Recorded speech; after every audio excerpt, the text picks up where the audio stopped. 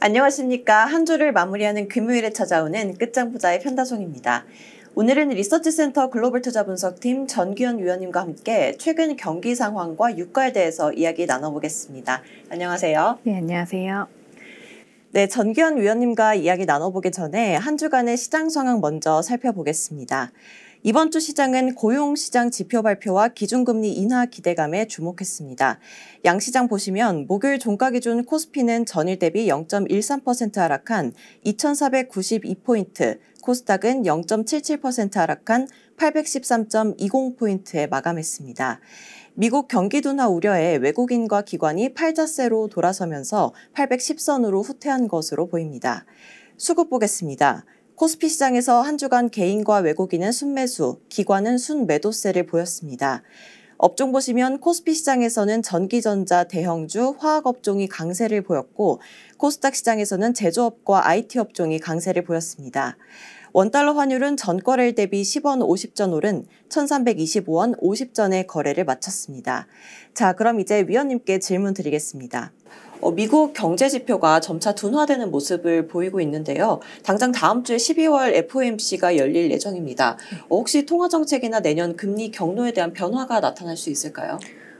이제 말씀하신 것처럼 최근에 사실 이제 미국 경제 지표들을 보면은 물가도 그렇고 고용도 그렇고 전반적으로 연준이 원하는 경로대로 좀 가지고 가고 있습니다. 그래서 이제 사실상 이제 내년에 연준의 그런 금리 인하에 대한 기대감들이 굉장히 높아지는 양상들이 나타나고 있는데, 근데 사실 지금 시장에서 조금 더 주목해야 될 부분은 사실 10월 지표들이 약간 일시적인 요인들이 반영됐다라는 것들을 좀 봐야 될 것 같아요. 이렇게 10월 같은 경우에는 아시다시피 그 전미 자동차 노조 파업 같은 영향들이 있잖아요. 그러다 보니까 조금 더 보통 때 하락해야 될 부분보다 좀 더 큰 폭으로 하락했던 부분들이 있다는 것들을 감안해야 될 것 같은데, 예를 들어서 이제 지난달에 났던 10월 비농업 고용 같은 거 보게 되면은 제조업 취업자 수가 35,000명 정도 감소했었거든요.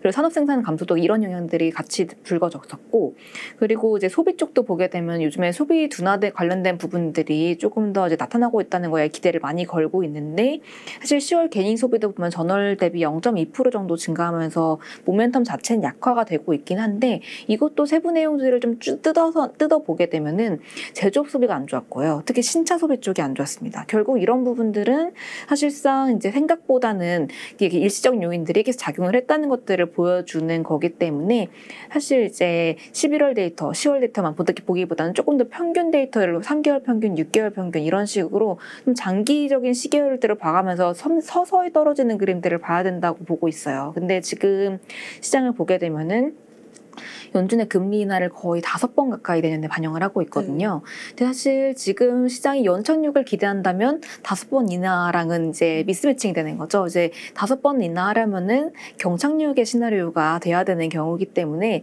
시장이 바라고 있는 거를 좀 과도하게 이제 반영하고 있는 것이 아닌가 이렇게 생각을 하고 있어서, 사실상 지금의 부분들은 12월에 이제 11월 지표들이 나오기 시작을 하거든요. 그럼 그때 좀 되돌려질 수 있는 여지들이 있지 않을까 이렇게 좀 보고 있습니다. 지금 보면은 10월 소매 판매도 이제 마이너스 0.1% 정도 기록을 했는데, 사실 그 전 9월 달을 보게 되면은 거의 0.9% 정도 올랐었어요. 그러니까 0.9% 대비해서 마이너스 0.1%는 그렇게 크게 떨어진 게 아닌 거죠. 그러다 보니까 거기다가 11월 지표들 같은 경우에는 뭐 블랙 프라이데이나 이런 그런 소비 영향들이 또 같이 좀 작용을 할 거다 보니까 조금 되돌려줄 수 있는 여지들, 이것들도 좀 감안을 해야 된다 이렇게 생각을 하고 있고요. 그래서 저희는 뷰는 그대로 좀 진행을 하려고 합니다. 그래서 지금 경기 자체는 지금 노이즈가 껴있고 결국 서서히 경기가 하락할 거기 때문에 내년 상반기까지 굉장히 조심스러운 접근이 필요하다 이렇게 생각을 가지고 있습니다. 인플레이션도 지금 서서히 둔화되고 있는 흐름 자체는 맞지만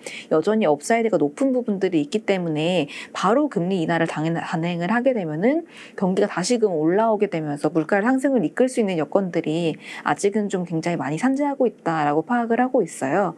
그래서 저희는 이제 연준의 그 금리 인하 시점 자체는 여전히 내년 6월이랑 9월에 한 차례씩, 그래서 총 2차례 50bp 그러니까 총 50bp, 각각 25bp씩 내리는 경로를 생각을 하고 있습니다. 그럼 유럽 쪽도 좀 질문을 드려보고 싶은데요. 네. 유럽도 경기가 부진하고 물가도 많이 내려온 것으로 알고 있습니다. 이로 인해서 좀 유럽 중앙은행의 피벗 기대감도 높아지고 있는 것 같은데요. 여기에 대해서는 어떻게 보시나요? 말씀하신 것처럼 이제 유럽도 경기가 많이 안 좋아졌죠. 근데 사실 이제 유럽 같은 경우에는 미국에 비해서 금리 인상폭 자체는 그렇게 크지는 않아요. 이게 미국이 한 525bp 정도 금리를 올렸는데 그동안 ECB도 같이 이제 금리를 올렸죠. 근데 얘네는 한 450bp 정도 금리를 인상해가지고 연준에 비해서는 한 75bp 정도는 덜 올렸다라고 보시면 될 것 같아요. 근데 문제는 사실 이제 그 금리 인상폭 자체는 절대적으로는 적지만 사실상 금리 인상으로 인한 부담은 유럽이 더 먼저 겪고 있다는 거죠. 결국 이 부분은 이제 금리 민감도에 조금 더 연동이 될 텐데 유럽의 가계랑 기업이 고금리에 대한 민감도가 더 높았다 보니까 사실상 조금 더 먼저 그 타격들이 나타나고 있다고 보시면 될 것 같아요. 그래서 금리로 인한 가계랑 그 기업의 영향을 가장 대표적으로 볼 수 있는 거가 은행의 대출이 될 텐데 지금 유로존 쪽에서의 10월 대출 쪽을 보게 되면은 은행 대출을 보면은 기업 대출은 아예 마이너스로 전환이 됐고요. 그리고 가계대출도 작년부터 해서 계속 꾸준히 줄어드는 모습들을 보여주고 있습니다. 그래서 그런 것들을 감안하게 되면은 고금리 영향이 조금 더 심화된 부분들이 유럽이다라고 보시면 될 것 같은데, 이제 그 금리 민감도 관련된 부분들을 좀 이론적으로 생각해 보게 되면은 사실상 민감도가 높은 거는 가계보다는 당연히 조달금리 비용 부담이 있는 기업 쪽이 좀 더 민감도가 높을 거고요. 또 상대적으로 서비스업보다는 제조업 쪽이 비중이 클수록 아무래도 이제 자본 집약도가 높다 보니까 금리 영향이 클 수밖에 없습니다. 또 당연히 이제 변동금리 비중이 높을수록 이제 금리 민감도가 높아진다. 이 세 가지 정도를 들 수가 있을 것 같은데 이런 부분에서 상대적으로 유럽이 조금 더 영향을 취약하게 받았다라고 보시면 될 것 같고 그 중에서도 가장 대표적으로 지금 독일이 가장 문제죠.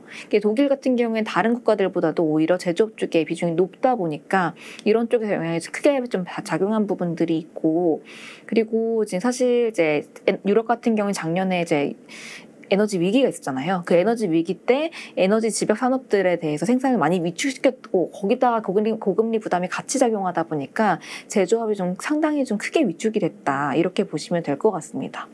그래서 결국 이제 유로존 경기가 먼저 좀 둔화되고 있다 보니까 물가도 좀 더 빠르게 잡혔어요. 그래서 유로존 같은 경우에 사실은 미국보다 더 물가 문제가 더 심각했던 부분들이 있거든요. 그래서 연초만 하더라도 유로존 소비자 물가가 한 8%대였는데 지금 11월 속보치가 2.4%까지 좀 내려오면서 상당히 빠른 속도로 물가가 하락하고 있다고 보시면 될 것 같아요. 그러다 보니까 사실 이제 유로존 쪽에서의 금리 인하 기대감들이 미국보다 빠를 것이다. 이런 기대감들도 같이 좀 상존하고 있다고 보시면 될 것 같은데 다만 저희는 이제 피벗 기대감이 높아지고 있긴 하지만 유로존도 지금 금리 인하 카드를 꺼내지는 않을 것이다라고 생각을 가지고 있습니다.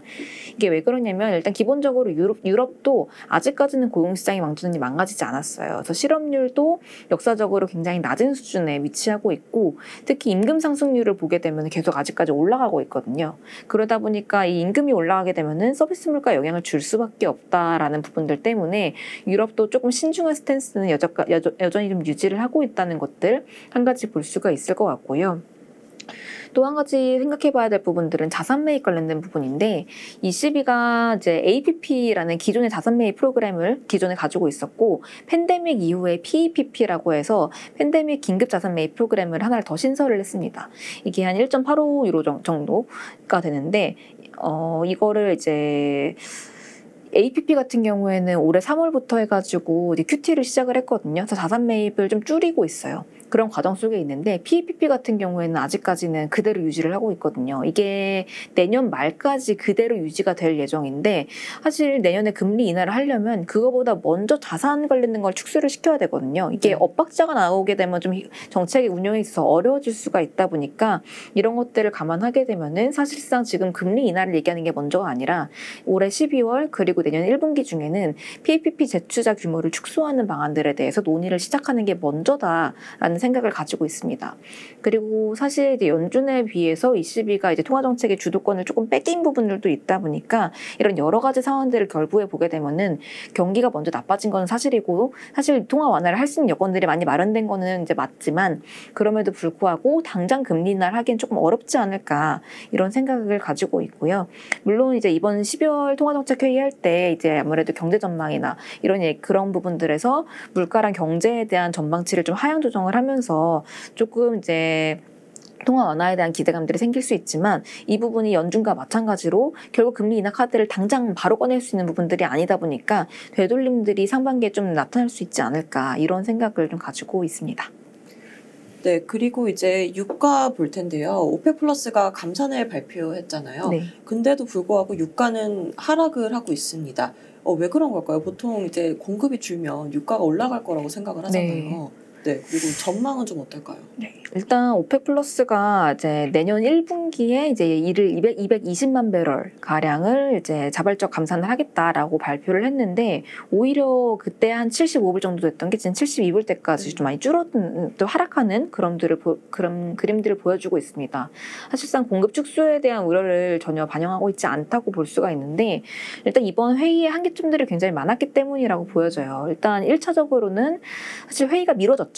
그러니까 아프리카 산유국들이 추가 감산에 대해서 좀 반대를 하면서 회의 날짜 자체가 뒤로 미뤄졌던 부분들이 있다 보니까 이 내부에서 이견이 많구나라는 인식들이 기본적으로 잡힌 것들이 있을 수가 있고요.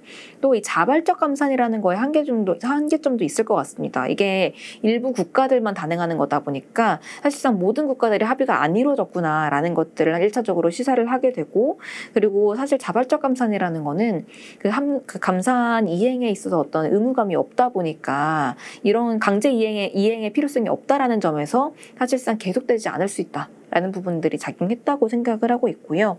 또 이제 그 일부 회원국들 중에 이제 아프리카 앙골라 같은 회원국들 같은 경우에는 오히려 지금 합의 거부하고 증산하겠다라는 입장도 좀 밝히고 있다 보니까 여러 가지로 자본들이 굉장히 많이 작용하고 있다고 보시면 될 것 같고요. 또 앞서서 제가 지금 220만 배럴을 감산한다라고 말씀을 드렸는데, 사실 생각해 보게 되면은 올해 이미 하반기에 사우디랑 러시아가 감산을 하고 있었잖아요. 네. 얘네가 자발적 감산을 해가지고 사우디 1일 100만 배럴, 그리고 러시아가 30만 배럴 정도씩 감산을 하고 있었기 때문에 이 130만 배럴을 빼고 보게 되면은 추가 자발적인 감산 합의한 부분들이 거의 90만 배럴밖에 안 돼요.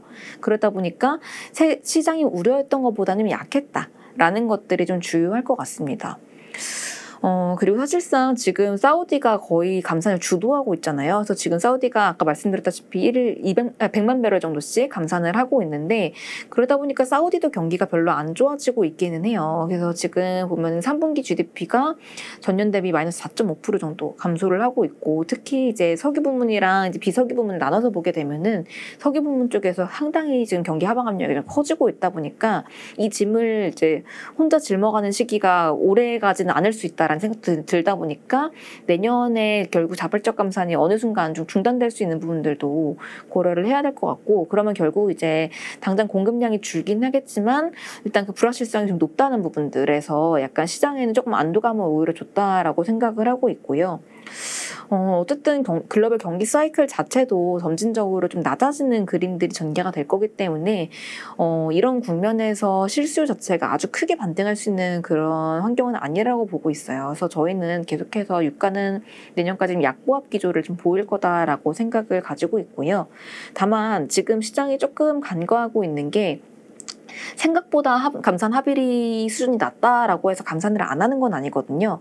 이게 올해 내내 있었던 회의들을 보게 되면은 지금 자발적 감산에서 90만 배럴 정도가 추가됐지만, 그 외에도 원래 이미 올해 6월에 있었던 회의에서 내년 감산량까지 이미 정해져 있어요. 그래서 올해 200만 배럴 하고 내년에 추가적으로 의무적으로 해야 될 감산량이 140만 배럴 정도가 있거든요. 그럼 이건 이미 합의가 된 거고, 여기다가 추가적으로 90만 배럴 더하는 거기 때문에 감산을 안 하는 것은 아니다라고 봐야 될 것 같아요. 그래서 결국은 공급량 자체는 올해보다 내년에 줄어들게 되고 그렇게 되면 수요가 줄어든다고 하더라도 공급도 꽤나 타이트한 그런 국면들이 전개될 수밖에 없기 때문에 재고가 굉장히 좀 플랫한 흐름들을 보여줄 거다라고 생각을 가지고 있습니다. 그러면은 결국은 유가가는 재고에 연동될 수밖에 없기 때문에 거의 내년에 박스권 트레이딩 국면으로 좀 가지 않을까라고 보고 있어서 이제 약보합 흐름을 보인다고 하더라도 하단은 좀 지지되는 그런 그림들이 전개될 것으로 좀 보고 있습니다. 네, 이렇게 유가에 대해서까지 설명을 해주셨습니다. 투자하실 때 오늘 말씀해주신 내용 참고하시면 좋을 것 같습니다. 지금까지 전규현 위원님과 함께했습니다. 오늘 함께해주신 전규현 위원님 감사합니다. 네, 감사합니다. 네, 오늘 끝장보자는 여기까지입니다. 주말 잘 보내시고요. 저는 월요일에 다시 찾아뵙겠습니다. 고맙습니다.